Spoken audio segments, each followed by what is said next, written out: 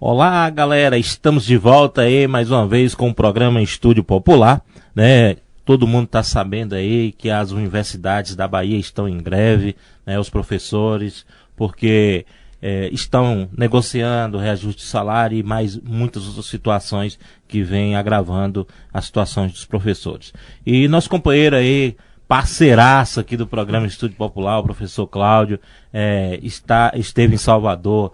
E por isso que ele não está aqui no programa hoje. Sentimos saudades hoje de Cláudio. Sem dúvida. Vozeirão de Cláudio. E o grande professor, ele fez algumas entrevistas, participou de mesas de negociações, e a gente vai ouvir uma grande entrevista que ele fez lá em Salvador. Na última terça-feira, dia 16 de abril, completando uma semana de greve, ocorreu uma reunião entre o movimento docente e representantes do governo do estado da Bahia. Após 4 anos sem nenhum diálogo com as universidades estaduais, foi instalada uma mesa de negociação. Apesar da presença dos diversos representantes do governo, as associações docentes entendem que é preciso avançar mais. Segundo informações do site da DUNEB, apenas foi reafirmada a intenção do Estado de apresentar um substitutivo ao projeto de lei das promoções e progressões. O acréscimo ao projeto de lei estende para as 4 universidades estaduais a proposta que, originalmente, abarcava apenas a UESC. Essa contrapartida de ampliação já havia sido apresentada pelo governo na última reunião. Apesar de atender algumas demandas, a alternativa ainda deixa resíduo de filas na UNEB e na UESB. O Estúdio Popular entrevistou o Ronaldo Barreto, presidente da Associação dos Docentes da Universidade do Estado da Bahia, que considerou haver avanços na negociação. Mas ainda é preciso que o governo apresente uma proposta mais elaborada ao movimento. Este momento é um momento importante. Nós estamos lutando pelo diálogo faz algum tempo, né? Buscamos vários canais de diálogo, conseguimos na Assembleia Legislativa que alguns deputados se debruçassem sobre nossa causa e abrisse o diálogo, e começamos um processo de discussão sobre a negociação.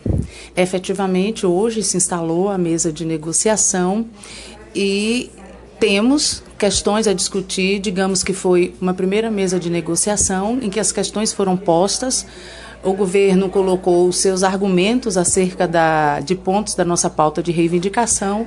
Nós fizemos nossa contra-argumentação em relação aos pontos, como, por exemplo, salário, que é o ponto que há um certo impasse que o governo alega a questão da lei de responsabilidade fiscal, mas fizemos todas as nossas contra-argumentações e hoje à tarde a equipe de governo vai se debruçar sobre os nossos argumentos e ficou de dar uma resposta. Hoje, da negociação, nós saímos certos com a questão das promoções, estendendo para todas as universidades, mas ainda prossegue com os nossos direitos, com a questão salarial, com a questão orçamentária da universidade.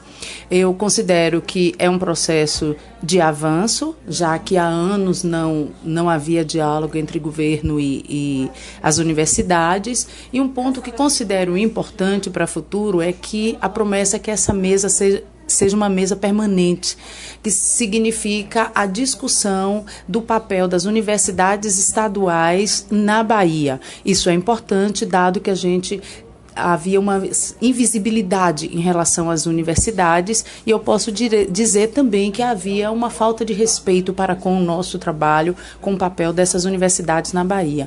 Então, considero que acertada a radicalização com a greve e acertada a busca do diálogo que agora se instalou. Segundo Soraya Adorno, presidente da Associação dos Docentes da Universidade Estadual do Sudoeste da Bahia, a ADUSB, a mobilização é crescente e isso tem feito o governo abrir a mesa de negociação. Para Soraya, foi muito importante o movimento docente apresentar os estudos feitos por professores da UESB acerca do orçamento do Estado e da possibilidade de atender a pauta da categoria. Então, na última quarta-feira, ontem, nós tivemos mais uma mesa de negociação com o governo. Dessa vez nós tivemos, inclusive, a presença de 2 secretários, um deles, inclusive, o secretário de Educação.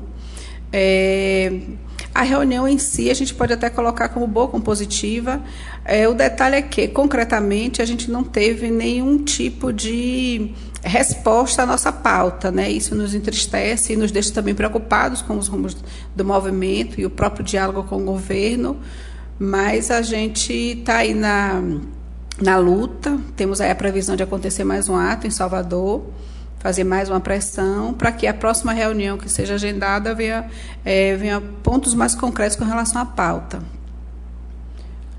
Em relação aos próximos passos, aí, como é que você está avaliando a greve em termos dos professores, da participação?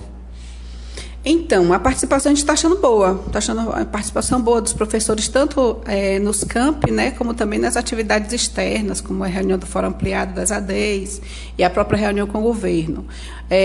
Na última reunião do comando de greve aqui em Vitória da Conquista, aqui na UESB, nós tivemos um bom exercício com relação à dotação orçamentária do Estado.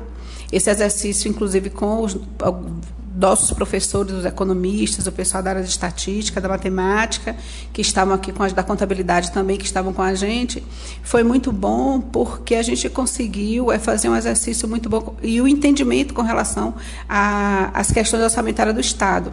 Isso foi muito positivo na reunião de ontem, né, na reunião de quarta-feira com o governo. O governo percebeu claramente que o movimento docente se apropria desses números e, se apropriando desses números, mostra que há a possibilidade, sim, de atender vários dos nossos pontos da nossa pauta, né? Principalmente o que leva em consideração ao reajuste linear, que é a reposição da inflação, também as perdas inflacionárias ao longo desse período, de 2015 para cá, e além dos outros pontos. No entanto, o governo do Estado ele insiste em nos oferecer apenas e tão somente o destravamento das filas das promoções, né, das promoções e progressões, além também, e agora ampliou um pouco nessa última reunião para a questão do DE, que até então não era tocado. Então, assim, a ideia do governo do Estado, que presta até agora, é diminuir mesmo o represamento com relação às promoções e progressões e também com as solicitações de regime de dedicação exclusiva. Esse destravamento da fila, ele só resolve a vida da UESC e da UFES. Ele não resolve a vida nem da ADUSB e nem da UNEB. E a UNEB ainda fica numa situação mais precária ainda, porque só na UNEB ficarão 44 professores fora desse destravamento. Então, na verdade, não resolve o destravamento da fila. Para resolver, deveria haver um quadro de vagas, que é isso que o movimento docente continua insistindo com o governo do Estado. Pelo menos para esse ponto, há necessidade de um aumento do quadro de vagas. Reportagem Cláudio Félix, com apoio técnico de Marcelo Borges. Bom, ouvintes, deu para a gente ter mais ou menos uma noção, né, do que vem acontecendo aí nas movimentações de greve. Inclusive, é uma greve que a gente precisa ter noção que atinge a praticamente 40 mil estudantes em todo o estado, né? Inclusive os campi, né, da UNEB, que é a universidade que tem mais campos espalhados por todo o estado, são 24, e também estão acontecendo as atividades nas cidades, enfim, um processo também que a população precisa entender, né, que se dá em defesa da universidade pública, né? Então, não é simplesmente uma questão salarial, mas é uma questão de valorização dos profissionais da educação, das condições de trabalho. E falando em luta, nós tivemos um incidente recente aí, não sei se vocês acompanharam no Congresso, algum de vocês viu? Vixe, rapaz, o negócio foi barril, pegou fogo. A Sônia Guajajara, né, que ela é da APIB, Articulação dos Povos Indígenas do Brasil, ela esteve no Senado para fazer uma discussão, e teve uma audiência pública sobre a saúde indígena na Comissão de Direitos Humanos e Legislação Participativa do Senado. A saúde indígena que sofreu um grande baque com a saída essas alterações do Mais Médicos, né? Porque com a saída dos médicos cubanos aqui do Brasil, quem mais sofreram foram as comunidades indígenas e as comunidades mais afastadas, que ficaram realmente sem médicos. Mas, além disso, tem uma outra discussão que é com relação à municipalização dos recursos da saúde indígena. E aí a Sônia Guajajara, estava nesse debate. A senadora Soraya Tronic, do PSL do Mato Grosso do Sul, se confundiu, fez uma fala infeliz e acabou ouvindo o que não queria, né, da ex-candidata à vice-presidência da República pelo PSOL, a Sônia Guajajara. A ativista explicou à senadora que as terras em questão não apenas têm relação com os direitos dos povos, mas têm relação direta com o respeito aos conceitos de preservação ambiental e a cultura das nações indígenas. Vamos ouvir aqui um trechinho da audiência e uma reportagem especial com a nossa amiga Larissa. No dia 11 de abril, houve uma audiência pública sobre saúde indígena na Comissão de Direitos Humanos e Legislação Participativa do Senado e aconteceu um importante debate sobre o tema. Uma senadora da base do governo Bolsonaro, a Soraya Tronic, falou que o agronegócio tem menos terra do que os indígenas. O que eu achei bacana neste governo é respeitar minorias e nós temos um Ministério da Mulher, coisa que não tínhamos. Os povos indígenas hoje têm em torno de 13% do território nacional. A área, 13%. A área nossa agricultável e que é utilizada é de 7% segundo o mapa, né? O mapa. Então, tem dinheiro destinado, tem política pública destinada, e por que eles continuam miseráveis? Por que eles continuam miseráveis com 13% do território nacional quando nós utilizamos 7%? Porque a terra não é de vocês. A terra é da União. Quem usa o índio, né? Quem usa o índio? Porque o índio era para estar muito bem. Mas quem que fez isso com os índios? Os próprios índios? Então a gente quer saber quem está fazendo, quem fez isso com os índios. Por que essa política dessa forma? Diante da pergunta da senadora, a liderança indígena Sônia Guajajara, ex-candidata à vice-presidência, expôs com dados e com muita segurança a situação dos povos indígenas no Brasil e sua relação com o meio ambiente, o capitalismo e a vida no planeta. Infelizmente não dá para a gente escutar aqui, sabe, também dos parlamentares dessa casa, de chegar aqui e pregar a sua visão racista, alienada, preconceituosa contra nós e a gente ficar calados. Porque a sua fala, senadora, a sua fala aqui retrata muito bem o pensamento mesmo que tem esse setor ruralista que compõe a Câmara e o Senado, que quer a qualquer custo flexibilizar a legislação ambiental para poder explorar os territórios. A visão que você tem de terra é muito diferente da visão que a gente tem. Não dá para você olhar para nós, povos indígenas, e pensar que a gente tem o mesmo entendimento de território como o seu, que é de exploração, destruição, pensando em lucro, pensando em dinheiro. Não é esse o entendimento nosso. Para nós o território é sagrado, nós precisamos dele para nós existir. E vocês olham para a terra indígena e chamam de terra improdutiva. Nós chamamos isso de vida. O mundo inteiro está preocupado com o aquecimento global. O mundo inteiro está discutindo efeitos das mudanças climáticas. O mundo inteiro está pensando formas de reduzir a emissão de gás carbônico para poder garantir que a gente tenha um equilíbrio do clima. E aqui no Brasil, é bem mesmo a cara desse governo truculento, de querer o tempo todo aqui agora autorizar a entrega desses territórios para exploração, porque não pensa na vida, só pensa em dinheiro, só pensa em lucro. É uma ganância para atender o capitalismo. Nós não. Nós defendemos a vida, nós defendemos nossa identidade e nós vamos derramar até a última sangue, a última gota de sangue, para defender nossos territórios, para garantir a existência de nossos povos. Nós não vamos entregar isso fácil para essa ganância do agronegócio. Você não pode dizer que nós já temos 13%, tá bom, não tá. Nós temos gente no Nordeste que está lá na beira da estrada em retomadas porque as suas terras foram entregues para fazendeiros no período da ditadura. Foi entregue pelo Estado.